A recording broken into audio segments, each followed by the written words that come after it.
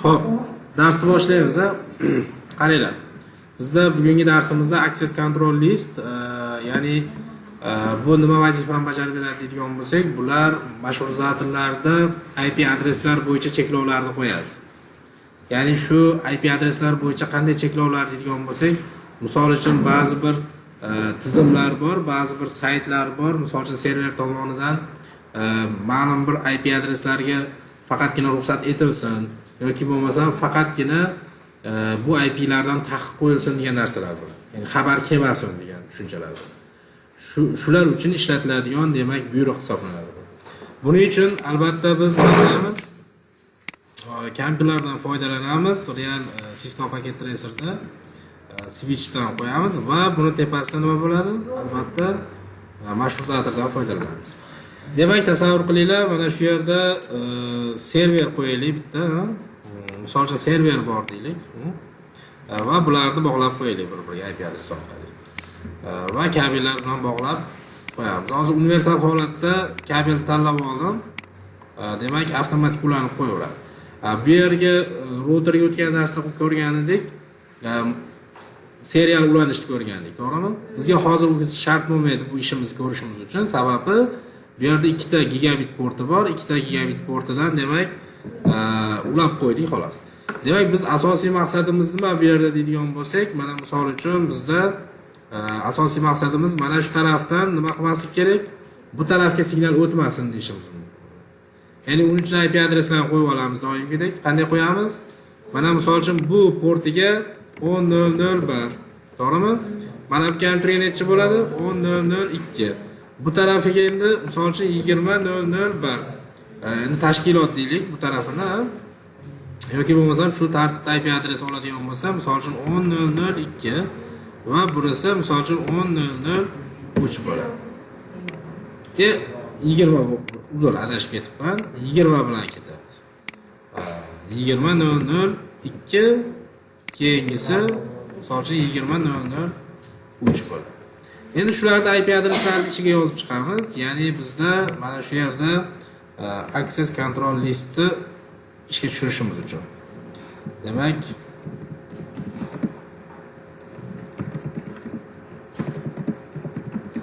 access control list.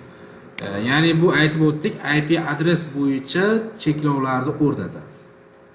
Ya'ni mana shu IP adresga taqiq qo'yib qo'ysak, bu tarafga signal o'tmasligi kerak bo'ladi.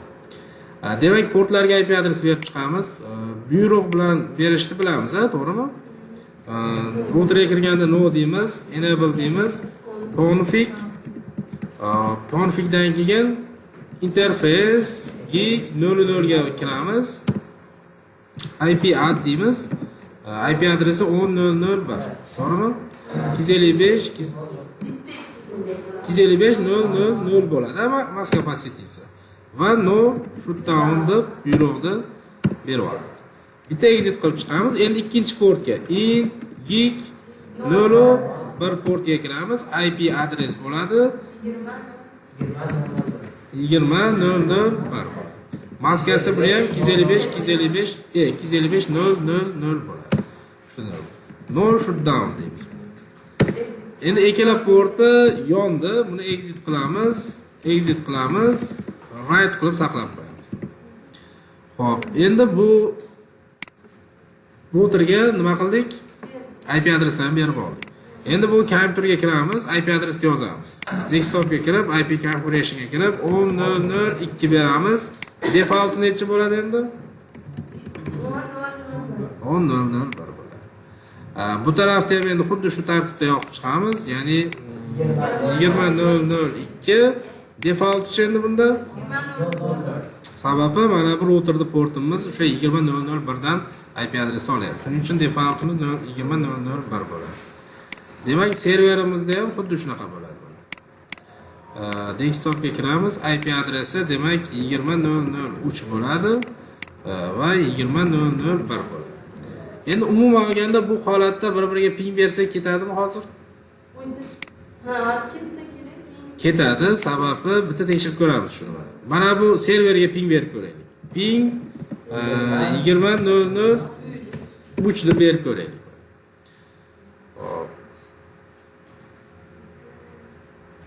recursive timeout bir marta ishga tushib olguncha ozgina anaqa uzilish bo'ldi, lekin baribir nima qildi? Signal bor.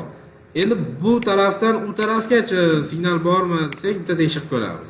Ping deymiz, 10:02 ga berib ko'ramiz. Bunday aloqa bor.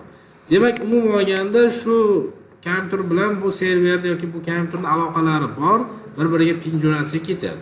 Shu narsani biz to'xtatishimiz kerak xolos. Misol uchun bu tarafdan signal o'tmasin, lekin bu yoqdan ishlayversin. Yoki bo'lmasam aynan mana shu IP adresga tegishli bo'lgan nimalarga cheklov o'rnatib qo'yaylik. Ya'ni biz access control listdan foydalanamiz. Routerga kiramiz. Routerga kirganimizda config oynasiga kiramiz. Configga kirganimizda endi konfiguratsiya oynasidan sozlashimiz kerak bo'ladi. Ya'ni biz access list deymiz. Access list bizda endi ruxsat berish bor, taqiq bor. Taqiqimiz nima deyiladi inglizchasiga?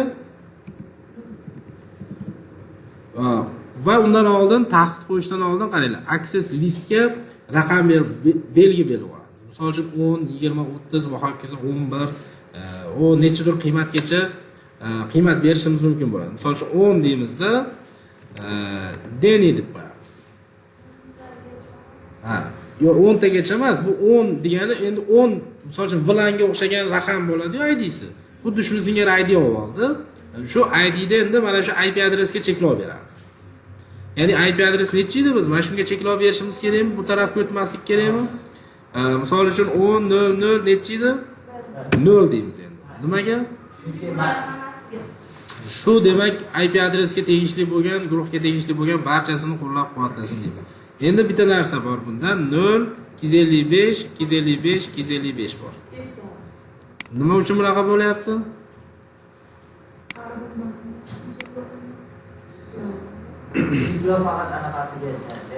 Access listda shunday narsa borki, qoida borki, bizda mana misol uchun mask capacity degan tushuncha bor, to'g'rimi? Mask capacity'miz 255.000 edi, to'g'rimi? Ya'ni shunday qoida borki, access listda misol uchun bizda 10.0.0.1 IP adresiga 255.0.0.0 bo'ladi, to'g'rimi? Endi shu access listda qanaqa ko'rinishda bo'ladi degan bo'lsak, 10.0.0.1 bo'ladi, 0.255 maskasi, 255 bo'ladi. Misol uchun B sinfga tegishli bo'lgan IP adres bor, 172.0.0.1 deylik. 255.0.0 bo'lish kerak mask capacity. Bu access control listda qanaqa bo'ladi deydigan bo'lsak, 0.0.255 teskari. Ya'ni teskari qanday teskari deydigan bo'lsak, 255 ni ayirib yuboryapti. Qiymat shunaqa chiqadi. Demak, misol uchun 192 lik bo'lsa-chi endi 255 ni 255 bo'ladi, endi 3 ta 0 bo'ladi. Endi mana misol uchun tasavvur qiling, 255 240 54 bo'lsa-chi endi. Accessda qanaqa bo'ladi? Ya, o'sha IC lida, ya'ni access control listda 0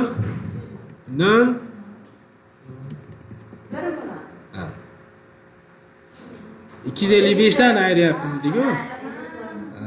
Mana misol uchun oxirini 255 dan ayirsak 0 bo'lib qolyaptimi? Shu qiymatni qabul qilaveradi. Demak, bizda Cisco da access control listda mana xuddi mana shunaqa qabul qiladi qiymatni. Faqat access listda, shuni bilib qo'yaylik. Enter beramiz va access list deymizda yana. Endi nima deymiz? Taqiq qo'yib qo'ydik shunga. Endi qolganlarga ruxsat berib olishimiz kerak-da. Misol uchun bundan boshqa IP adreslar ham bormi bizda mana?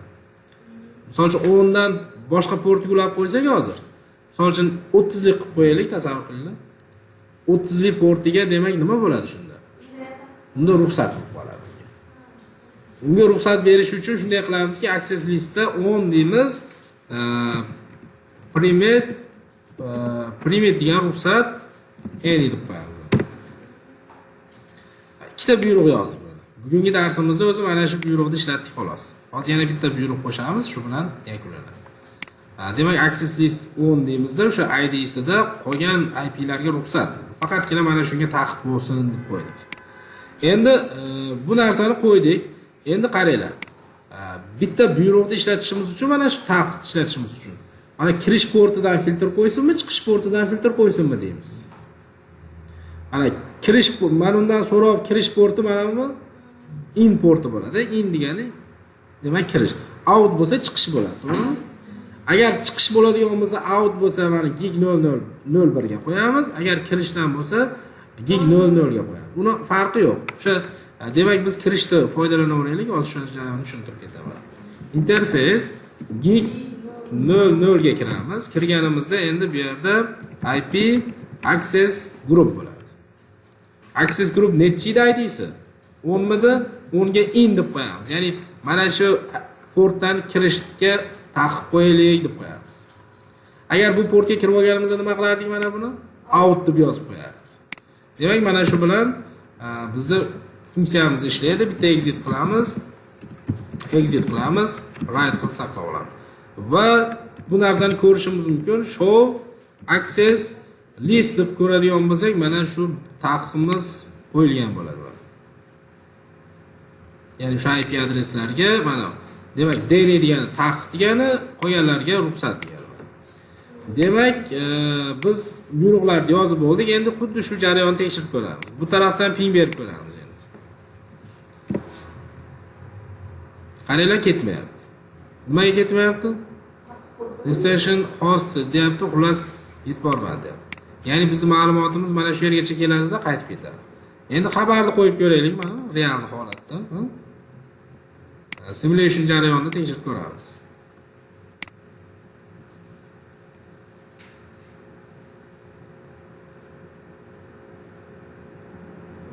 Уже mashqqa kelganda to'xtadi. Hali o'tib ketyapti, to'g'rimi? Endi bu tarafdan jo'natib ko'ramiz. Endi bu tarafdan misol uchun xabar kelaveradi. Har qancha xabar bo'lsa boraveradi. Faqat kirishga qo'ydik. Bu nimalar uchun qo'llaniladi? Bu shunday holatlar uchun ishlatiladiki, mana shu server tasavvur qilinglar. Mana shu tinmay mana shu IP adresidagi tegishli bo'lgan nimalardan to'sataka yoki qanaqadir hujumlar kelyapti. O'shani so'rovini o'tkazmaydigan qilib taxlab qo'ydik. Bu shu bilan himoya qilingan bo'ladi. Qolgan IP adreslardan ishlayveradi, mana bu serverga qanaqadir tizimlar bo'lsa, va hokazolar bo'lsa kirib ishlayveradi, lekin xuddi mana shu IP adres mana shu portga kelganda filtr qo'yadi. Yo'q, bu IP adresdagi so'rovni o'tkazmayman deydi. Ko'ryapsizlarmi, qaranglar. Shu IP adresga so'rov yuborsam ham yetib boryapti-da, yetib borganligi bo'yicha dastavleniyasi ham qaytib o'tmayapti. Hech qanaqa faylda yoki hech qanaqa bir xabarni o'tkazmaydi bu yerga. Demak, asosan sizlar bilan ko'rmoqchi bo'lgan bugungi mavzuyimiz shu edi. Bir qator o'zingizlar bajarib ko'rishingiz kerak bo'ladi.